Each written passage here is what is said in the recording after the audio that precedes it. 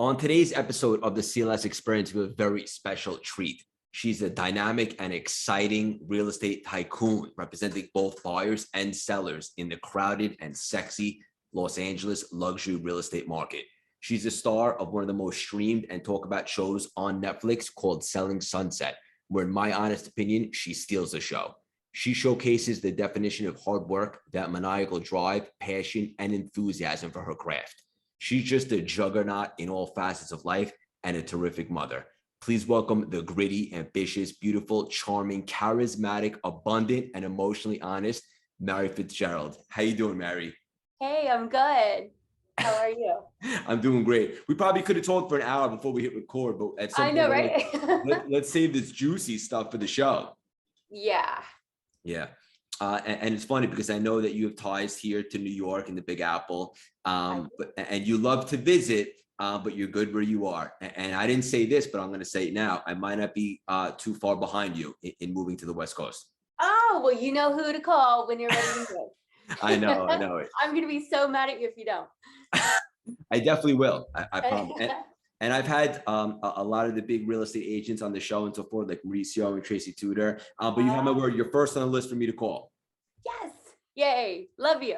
And love you too. And for the audience listening, like in case you're living under a rock and you're not familiar with Mary, go check out her content, go to Netflix, check out her show, go see what she's got going on.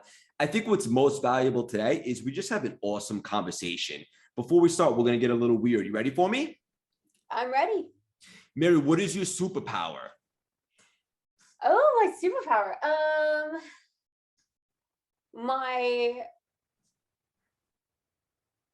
I'm a chameleon, or my patience and chameleon-like kind of tendencies, where I can go into any situation and be able to navigate like whatever like the situation calls for. Yeah, that's a good trait to have. Yeah.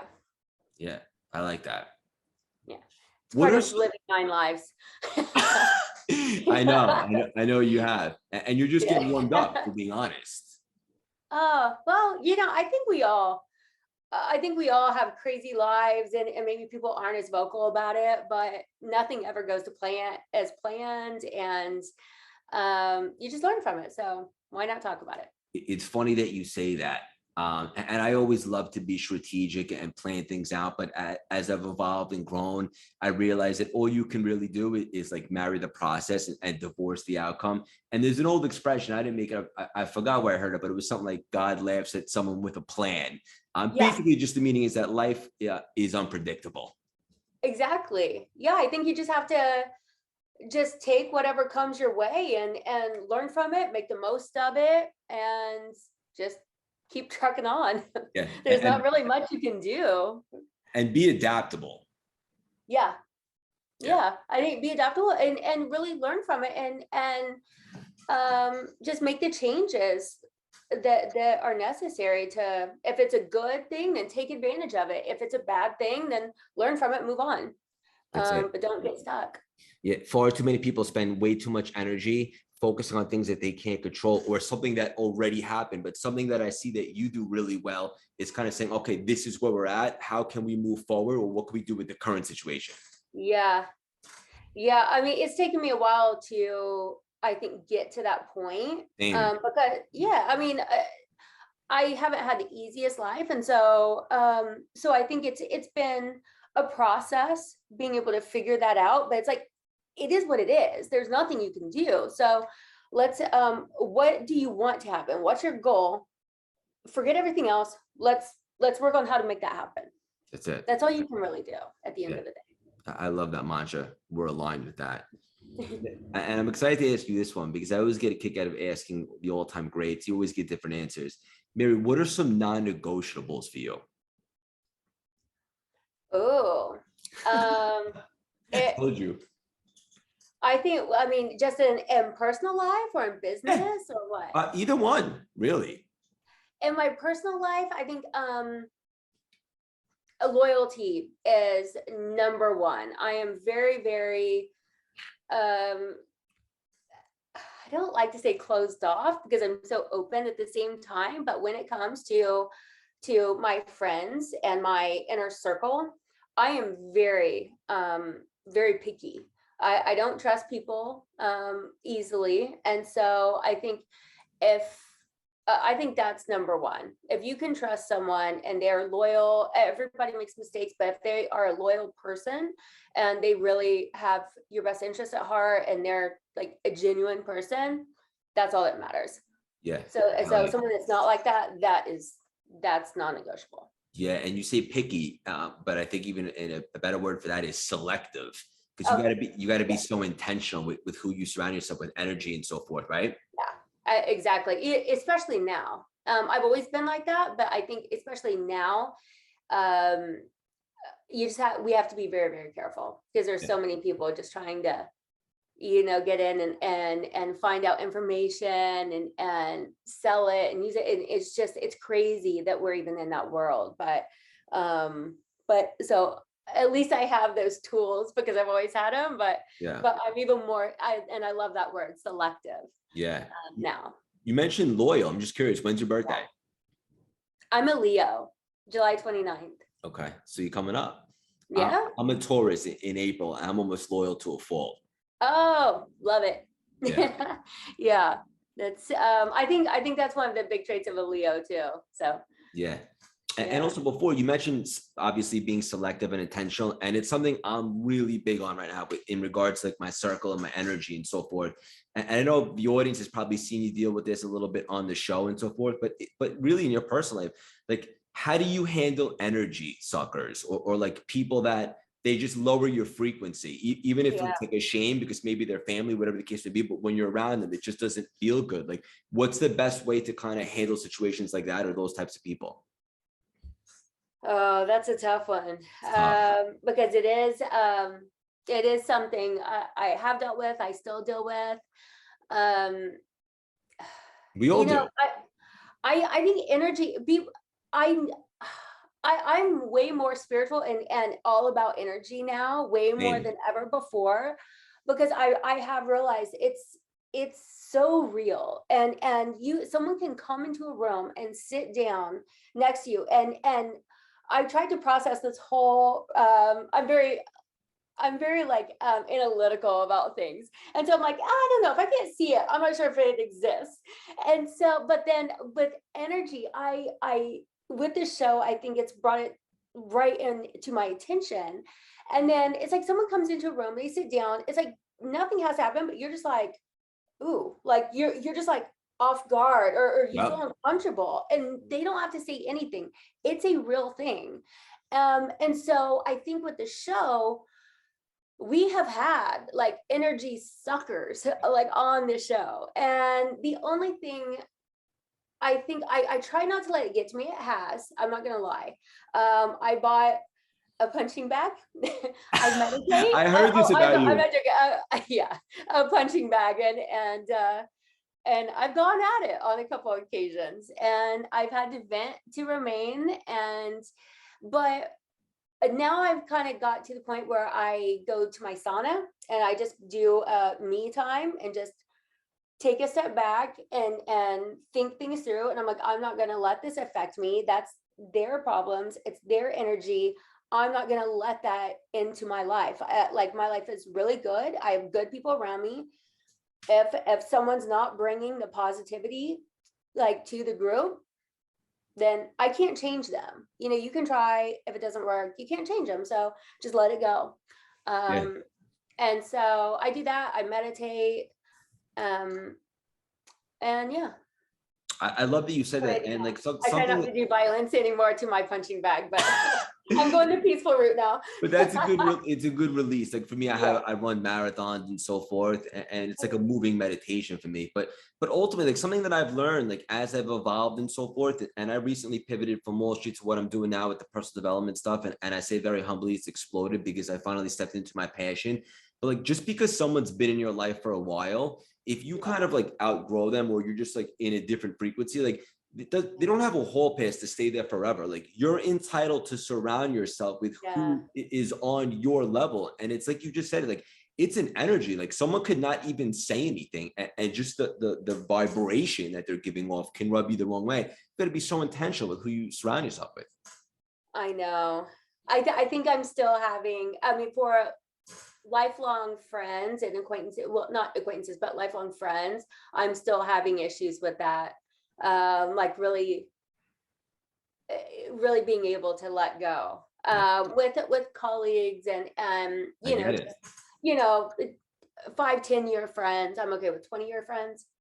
Yeah. It's hard for me. Again, I'm too loyal, and so I'm like, I keep trying to fix things with some people, and it's tough. Yeah, it is. It's a never-ending journey. It is, but that's life, it's you learn from it and you grow from it. So That's it. yeah. Yeah, I love this. I knew there was going to be alignment here today, but this is pretty special. I have a question for you. Okay. Is it true you grew up wanting to be a marine biologist? Yeah, that and a dolphin trainer. How did you know that? Preparation breeds confidence. I'm a fan, and also I did the homework because I wanted to give this conversation the respect it deserves. But it is true. Yeah, I don't even remember ever telling anybody that. That's so funny. Where did you read that? I'm not telling you. No, I'm kidding. I don't remember ever saying this, but it's true. And also a dolphin trainer? Yeah, I still love the ocean. I love just fish and everything, sea life. Every time I go on vacation, I have to snorkel. I'm not a big fan of scuba diving because I get claustrophobic, but snorkeling, I just sit, and it is my peaceful place. I can just sit and look at everything, and it's the most beautiful, serene thing like I could ever experience, I think. Yeah. I have to ask you a weird question. I don't know if you're going to know the answer to this, but maybe you do, since you wanted to be a dolphin trainer and all. What is the difference? I actually always wondered this, just get off the cuff. What is the difference between a dolphin and a porpoise?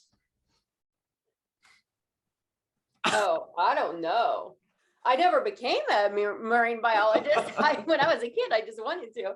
I think I did know this at one point, though. I probably taught it to my son.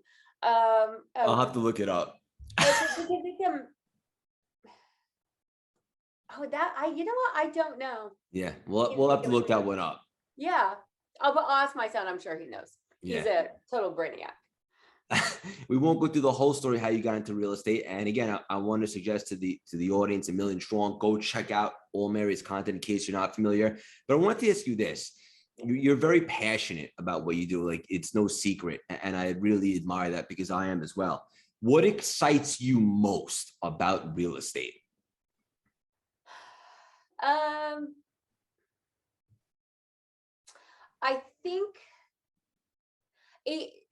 I think it's when, no, it definitely is, because I just had this happen. It's when you're working with a client and they end up getting the property that they really want, and you know what it means to them, and being able to get that for them and having the skills to negotiate on their behalf and hearing their voice and hearing, like, the other day the girl was literally squealing. You could almost hear her jumping up and down squealing, and it was the coolest thing. I just kept laughing. I was like, congrats, and you could just hear like this high pitched thing, and I was like, is that you? Are you squealing? She's like, yes, I can't help it.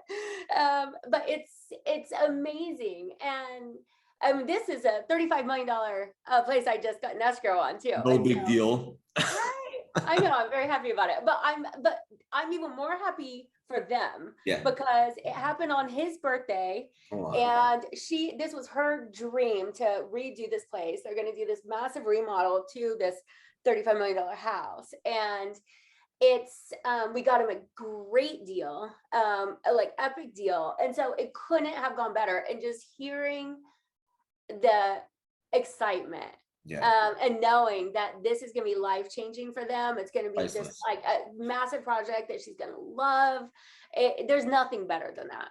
Yeah. And that's what makes you so successful, because you're about the impact, right? Like changing their lives and doing the right thing. And like, spoiler for the audience listening, like, we have a lot of people really all over, but a lot of entrepreneurs and so forth. Like, when you do a really good job at something for the right reasons, like, the money tends to follow. Yeah. And oh my God, I'm so looking forward to the money, but it's like, it's impressing them and retaining them as clients. And because I've already worked with them, they've referred me to like, I don't know, 4 or 5 other people. Great. And now they're buying this one. I'm going to sell their home. And so the money definitely follows, but it's actually impressing them and getting them what they want, because they're such nice people and such like great clients. Yeah. I just know like that's my passion. Yeah. To do that. And yeah, it works. It's worked well for me. The show is so exciting, and it's like really sexy, like the way it's filmed and the music and so forth. But like what a lot of people don't realize, like a lot of times like they'll show you like working on a deal and it looks like it gets done maybe in one episode. But the reality is it could take months, right? Oh yeah. Oh my God. It is so not what they show. I mean, the show is accurate. They don't make things up, but it's also, it makes it seem like it is so easy. Like, for example, this client, we've been looking at this house for 6 months. And there was all kinds of things that happened. And so that's been this whole process. I've been showing them for 2 years, after this other thing. And so it's not a quick thing. Sometimes it can be, but not often. And then all the stuff that they don't show, all the inspections and fighting back and forth and all the escrow things, all the tedious work. There's so much more that goes into it than what they show. You don't just show up in Louboutins and you're like, hey, this is an amazing house. Do you love it? Sign here. Yeah. Ching, ching. That's not the way it works. So there's a lot of work that goes into it. Yeah. And sometimes you work your ass off and then, you know, a year later, they're like, I changed my mind. I'm going to move to a different state. And then you get nothing. You've worked that much time. You've spent all kinds of money and networking and doing all kinds of stuff. And then nothing happens. So it's part of it. Yeah. Sometimes you win, sometimes you lose. That's it. But the show does such a good job of making it look so like clean and simple. Oh, No, yeah. it's not. No, I know how dedicated you are, and I want to acknowledge you for that. In fact, I know like you have a lot of, correct me if I'm wrong, you have a lot of clients like in Europe, and you're often up till 2 a.m. So forth. It sounds like God, you do your research. Of course. Yeah, I do. I've got multiple clients in London, working with 2 of them right now. I've got one in Monaco. I've worked with someone in Greece. Pretty much, all over, really. France. So it's no secret you have that maniacal drive, as do I. I'm sure the audience is curious too, because you're in a great relationship right now. Like, how do you maintain that work-life balance? Is that even a thing? That's a work in progress, but we're both workaholics, and that's something that we admire and respect the most about each other. So it works out. We never get mad at each other if we're working long hours or we're too exhausted at the end of the day to go to dinner plans that we made or something. If we just want to crash, we never get mad about it. We're like, oh, okay, love you, babe. Like, we just get it. That's where we're at in our lives right now. We're enjoying it. We're making the most of it. And we're just kind of riding the wave and taking advantage of every single opportunity that comes to us. So hell yeah. And a word that you didn't say, but you kind of just described, and it's something that I can relate to with my girl who just moved in, which I'm really excited about, is congrats. Thank you. The word respect. You guys have respect for each other. And I feel like that's a really big overlooked trait when it comes to relationship. Oh, absolutely. You have to respect each other. Otherwise, you're going to have so many problems. I think just that one thing will make your entire relationship so much smoother and easier. Yeah. Everything else just falls in place from there. 100%. And even if like you guys have a little bit of different personalities, like opposites attract, as long as there's a respect, ties everything together. Yeah, absolutely. Yeah. You're obviously very transparent with a lot of stuff. Yeah. Yeah, I am. I know. I love it. And you're often on social media and so forth in regard to that stuff.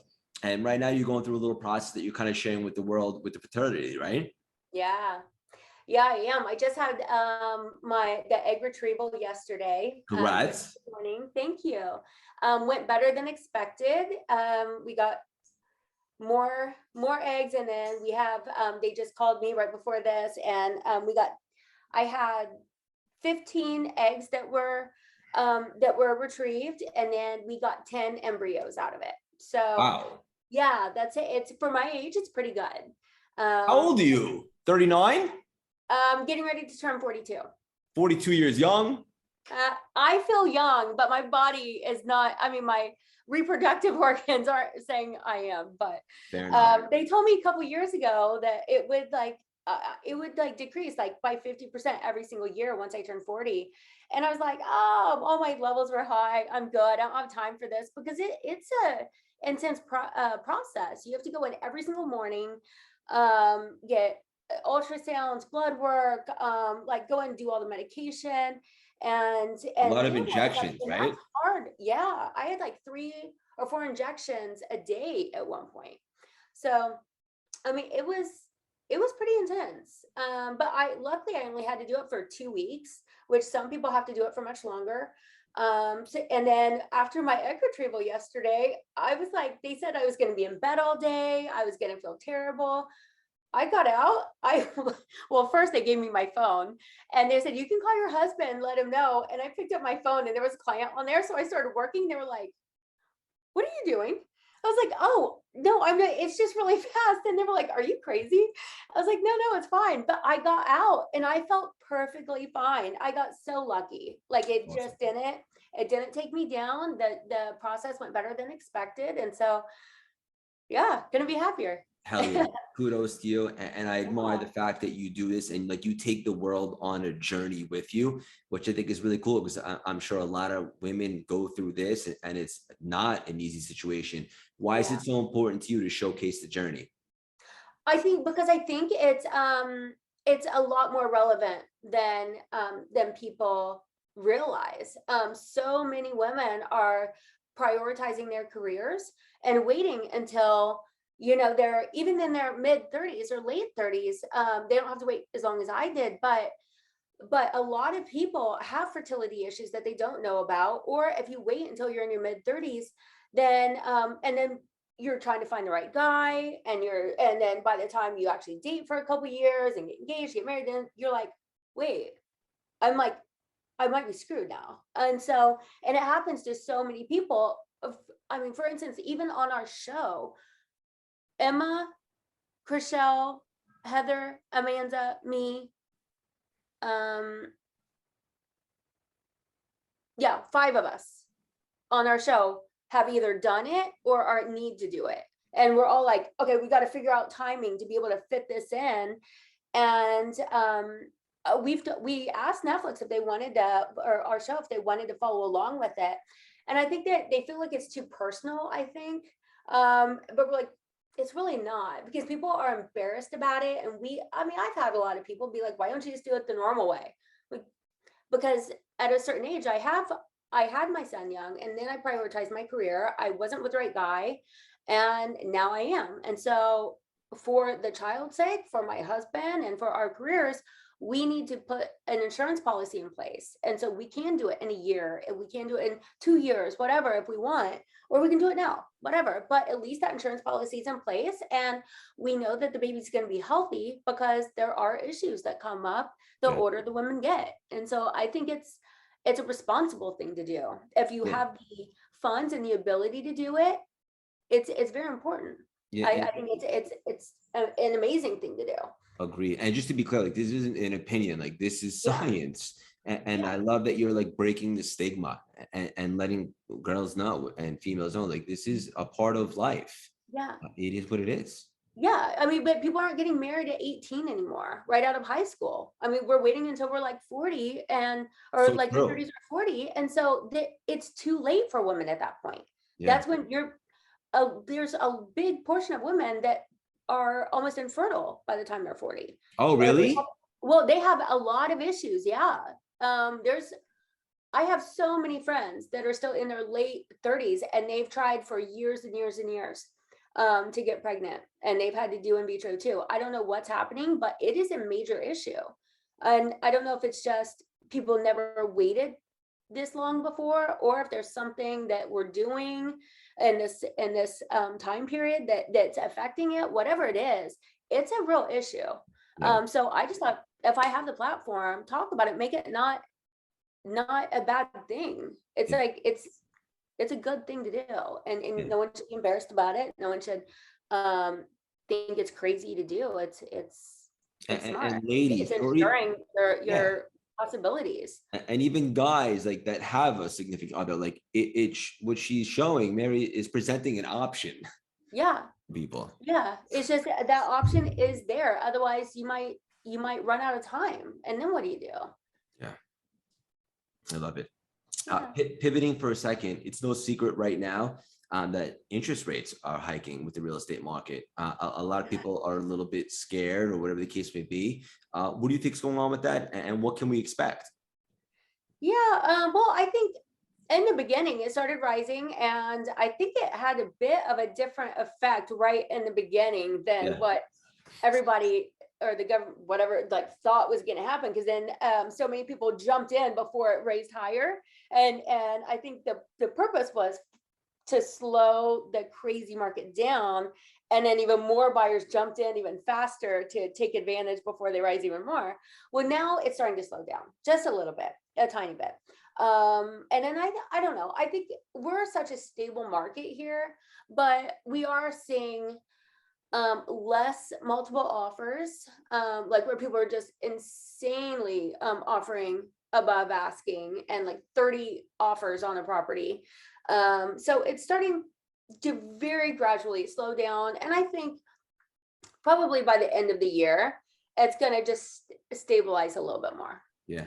Which I think kind of needs to happen. It kind of sucks because I I want to buy something this year too. So I'm getting stuck in that whole higher interest rate, but that's okay. The market does need to Reset. Yeah. exactly. Yeah. Just like any market, really, in anything, like there's cycles and so forth. Exactly. And it always happens. And so if you hold on to the property, you can buy anytime.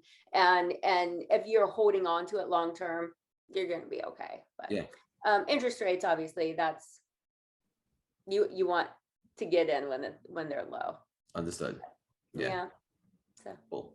I've heard you vocally talk about the power of mentorship, and I think that's awesome. It's something that I'm really big on as well. Some people, like, they have a little bit of an ego and they're afraid to ask for support or help, but really what it does is to surround yourself with people that have more experience.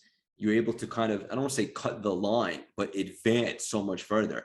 How significant and important is it for you to surround yourself with people that are more experienced and mentorship?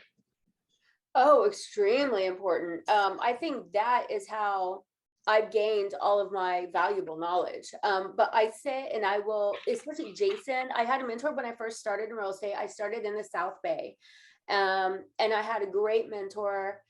And I think that is the number one thing I tell clients, or tell like new agents. Go with a brokerage that will have someone train you and will mentor you, because you take the test, you have no idea what you're doing. You can't fill out a form. You don't even know where to go to fill out the form. Like if you have a buyer on day one of passing your exam, they're like, I want to buy a $10 million house. You're like, awesome. Like the exam does not tell you even where to go to do it.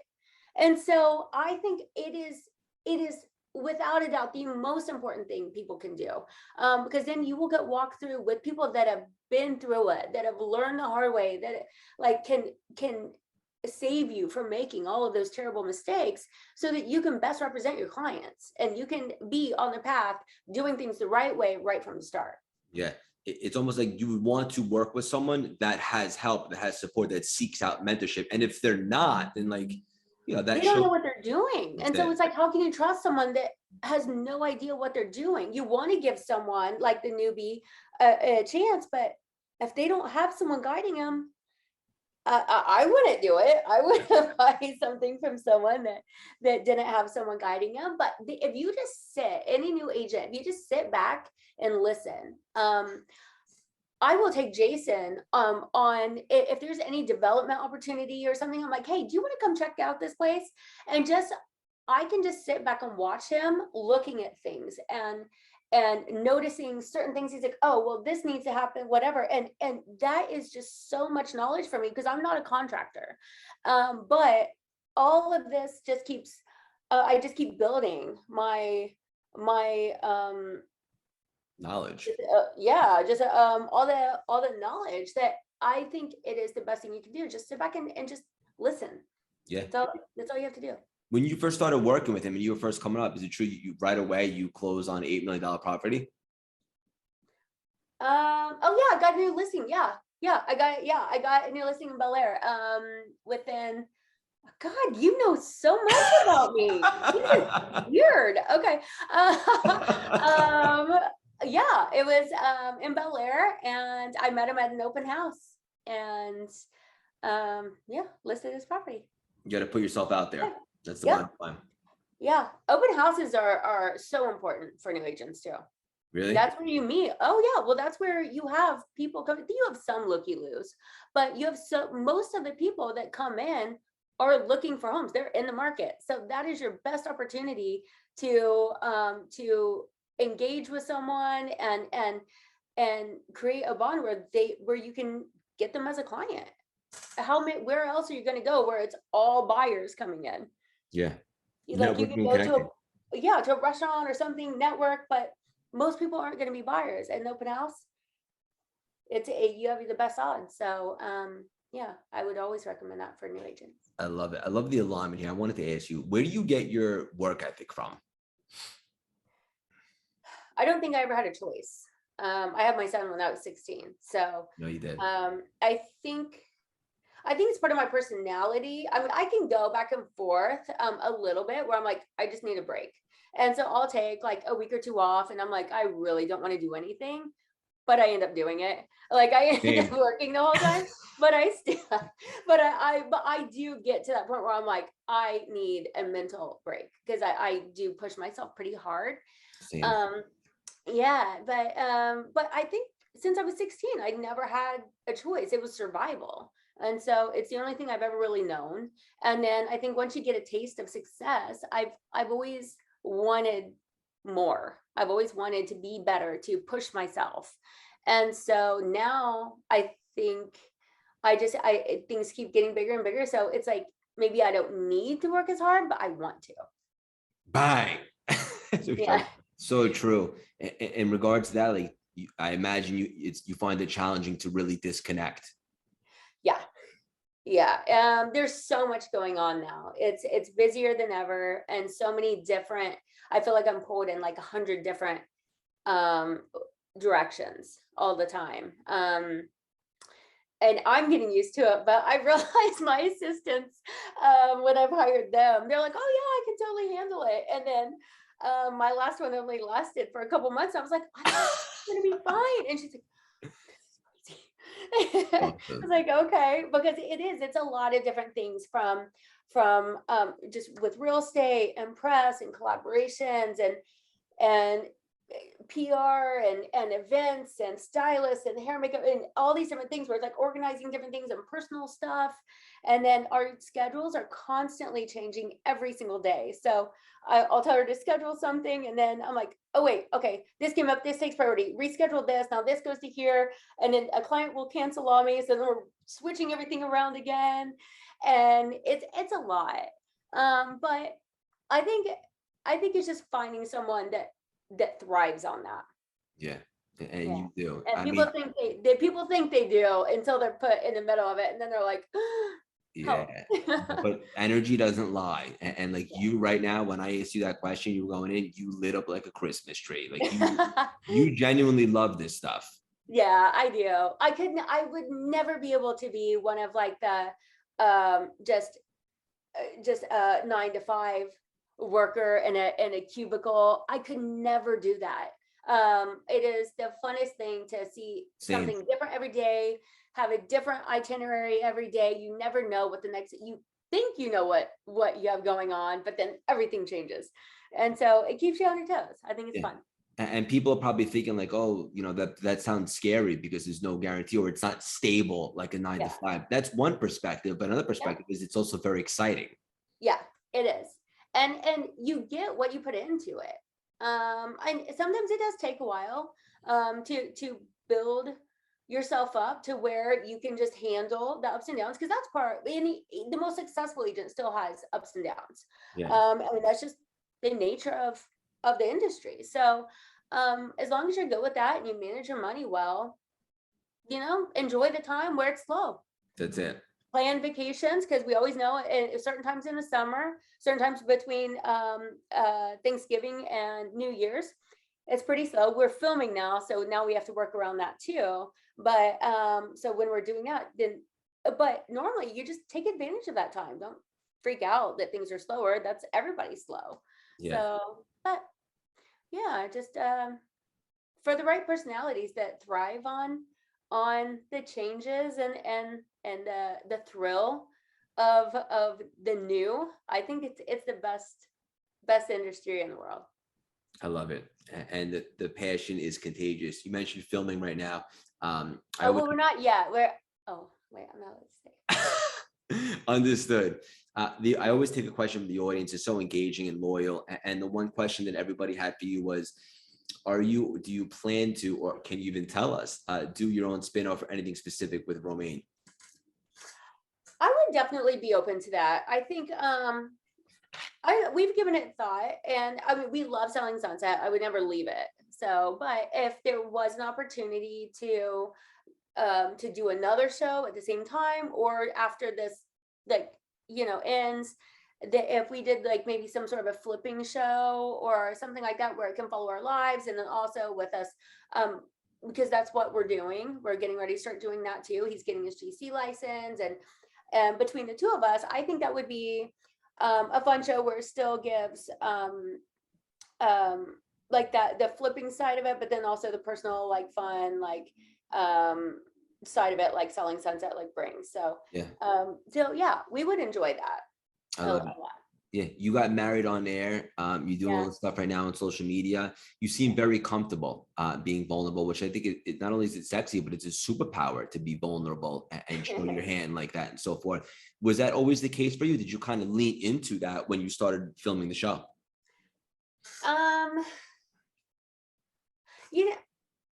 I don't know, honestly. I do know that the first day of filming, Heather helped me a lot because I didn't understand.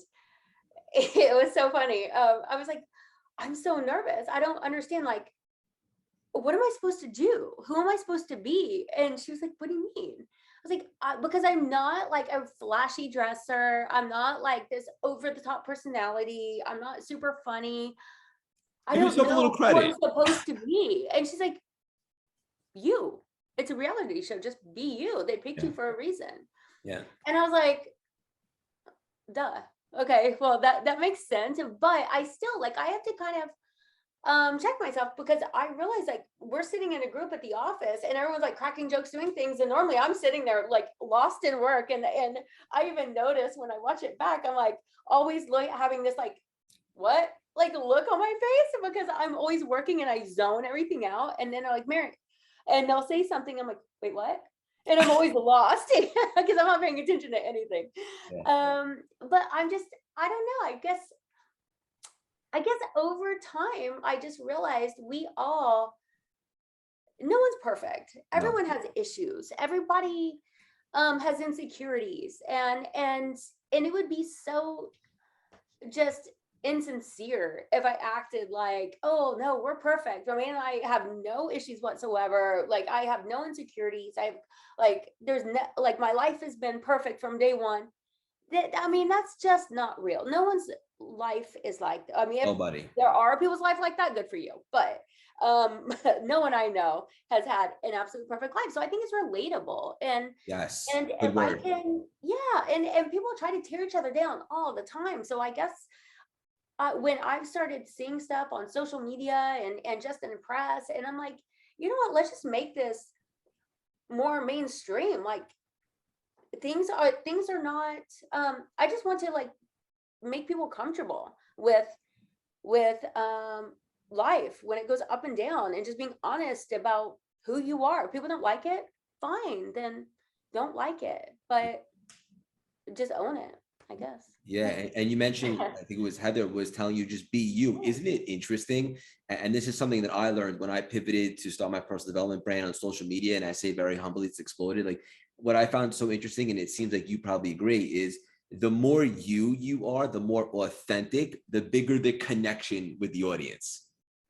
I think so. Yeah, I am, because I think people just people can relate, and that's what I think at the end of the day, that's what people want to do. I mean, entertainment is always fun too, but I think it is something where you feel a bigger connection kind of with someone, because it's like you get it, and it's more genuine. And so